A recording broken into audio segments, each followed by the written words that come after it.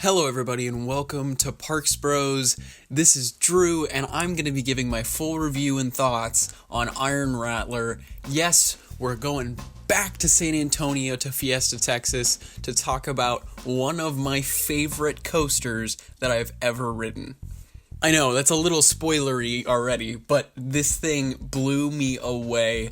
I only got 2 rides on it though, sadly. The second ride was much better than the first, but we'll get to that later in this video. But first of all, let's figure out how we get there.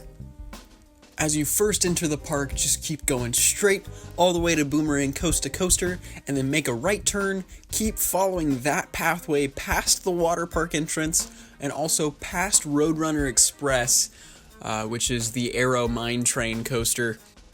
And then you'll run into this really nice looking sign that says Iron Rattler with metal lettering with a wooden structure, and also this nice little carving of a rattlesnake with the head and a tail. As soon as you walk through that entrance, you get into the queue, and this is probably one of my favorite queues at any Six Flags park I've been to. So immediately as you walk under this arch, you will see a set of lockers, and it will say that you need to buy these lockers in order to ride. That's not true, actually. Everyone that was there that day didn't use the lockers whatsoever. So you just keep going to your right, and then you will run into a couple of rocks, like huge boulders, as this nice rock work that goes along the first section of the queue. And just as a heads up, if it is all the way down to the rocks, it's at least a 30-minute wait.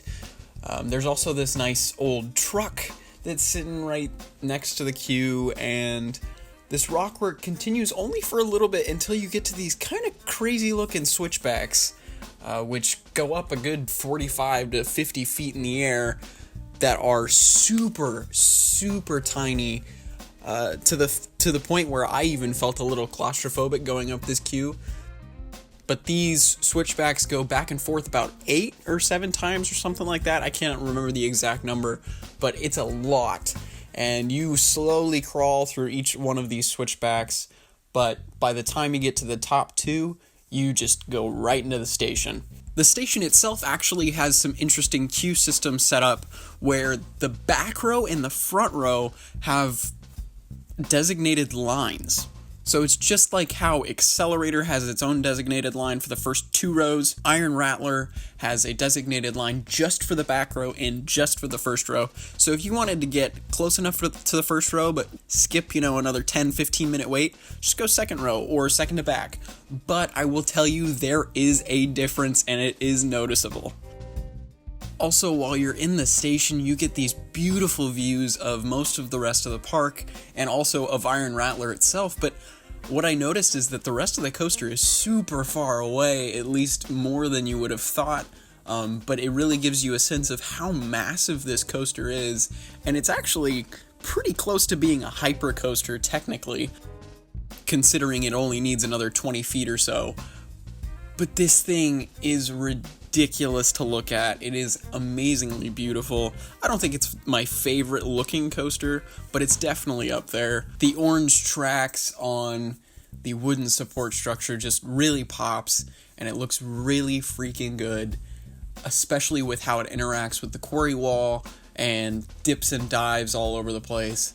Now, before we get on the ride itself, we gotta sit down in the seats. Now, the trains themselves are gorgeous, especially with the front car and the back car. They do have a rattlesnake head up front and a tail in the back that's mostly just the rattle itself.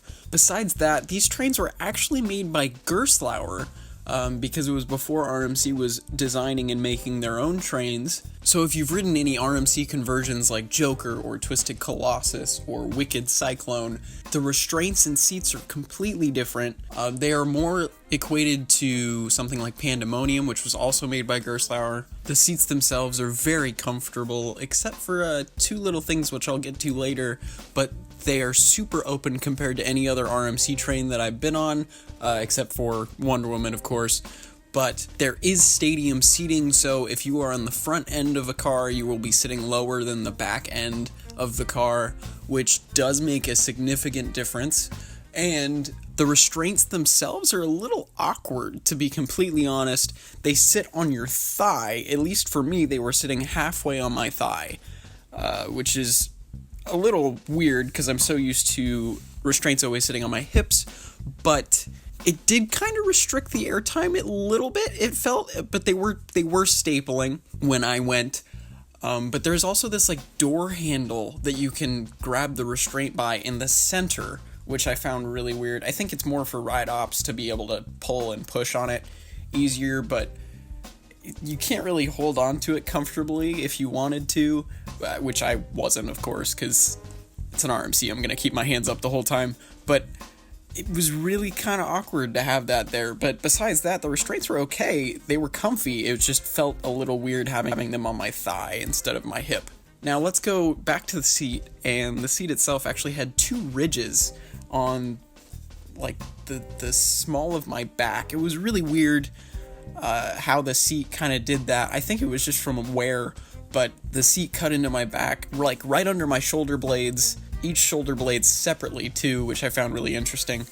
But that made it a little uncomfortable, at least in station, but once you got out of the station, it wasn't really noticeable after that point. So for my first ride, I had the second to back row, and I'll be completely honest, it was a little underwhelming. I even sat left side, second to back row, and it was a little underwhelming. I thought I was gonna get, a bigger pop of airtime over the drop and all these other things, but that didn't happen, which I was kind of sad about on my first ride. But then after my second ride, we got to sit back row. We waited the extra 10 minutes or so, and there is a world of difference. Holy cow. I don't know if it was just because it was later in the day, but I got insane airtime on some of these moments, and it was way better than the first ride I had.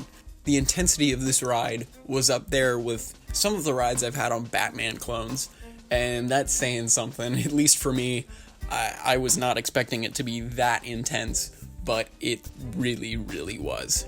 Now let's get to the ride itself. So you start out with a small little turnaround, which actually gives you some nice laterals, because you are going downhill at the same time, but then you start your slow ascent up the lift hill, and man, this view of the park is beautiful from the lift hill.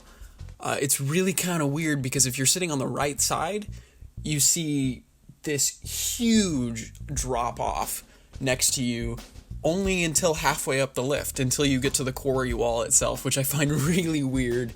So you'll have this 100-foot drop on your right side until you get halfway up the lift, and then by the time you get to the top of the lift, it's like another 75-foot drop to the quarry, but it still cuts the height down, at least when you're looking down, which I know is kind of weird. But then it does a little stall on the top of the lift hill, just like Goliath does at Magic Mountain, and probably, I think Titan does it over Texas too, but I'm not 100% sure. But then you hit probably one of my favorite drops on a coaster, and the laterals are way more intense than I would have ever thought. On my second ride, I got an immediate headache from the lateral and negative G forces that I felt. It was insane. I can remember going, holy crap, that's an intense headache, halfway down the drop. So this thing is super intense, at least for that first drop, and at least for some parts during the second half. But that drop, the laterals were amazing. I really love laterals, and the airtime wasn't as good, but it was still really good. I think it's just because of the restraints itself. They kind of felt restricting during the first drop, at least. Then you go under this shed-like structure next to the quarry wall and do a quick little bank turn, which goes by in a flash. And then you hit this nice little hill, which will give you a tiny bit of floater, maybe almost ejector in the back. And that's where your picture will be taken on the right side before you hit an overbank turn, which is actually really pleasant. And then another overbank turn that actually dives off the quarry wall, and that's probably one of my favorite parts of the ride. It just felt like we were gliding over the wall as like a bird or something. I don't know. Then you go up into the 0G roll, which was actually the first inversion on any RMC. And it was okay. It's not super whippy or anything. It's just, it gives a nice little bit of floater, which is always appreciated. And then after that, you hit a quick little airtime hill, which is a nice little ejector moment. And then you have some weird bank turns and an even like outer bank turn, which was kind of bizarre. It definitely feels like the green side of Twisted Colossus's high five element, but it's way slower.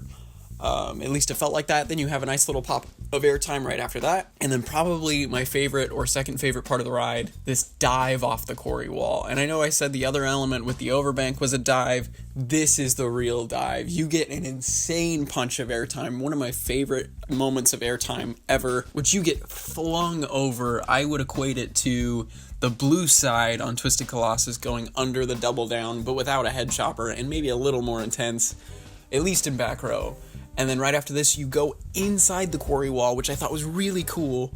There was no lights working for us that day, but it was still really kind of mesmerizing going from this bright sunny day inside a quarry wall where it's almost pitch black, and then you pop out the other side with this crazy amount of laterals and a nice little pop of airtime right before you hit the brake run. So Iron Rattler, right after you finish this amazing ride, you go out the exit queue, and it actually goes under the station, which I found was a little weird, but you go out from under the station, walk down some more ramps, and then you end up getting to the gift shop, where they do have a nice assortment of shirts. They had definitely a better collection than Wonder Woman, but it has been open a couple years, so that does make sense. They also had a lot of chicken shirts, which I thought was interesting, so it definitely is seen to be the scariest ride at the park to most guests, it seems. But for me, it was just perfect, except for one thing. I thought the ride itself was just a little too short. I would have liked just a little more airtime or just a little more something, and it would have been my number one for sure, no question about it. But it is definitely in my top 3, no question about that. But I just wish there was one more element, just one more thing that could have just put it over the moon for me. But besides that, I'm going to have to rate this ride a 10. And I know that's kind of weird considering I have some problems with it, but I just can't give it anything less. It is so freaking amazing, and I can't wait to go back and ride it. I love this thing. It is my favorite ride at the park, no question about that either. It's just so, so awesome. But if you've been on it, tell me what you thought below, and make sure to subscribe and like. It really helps us out. And until next time, we'll see you on the next ride.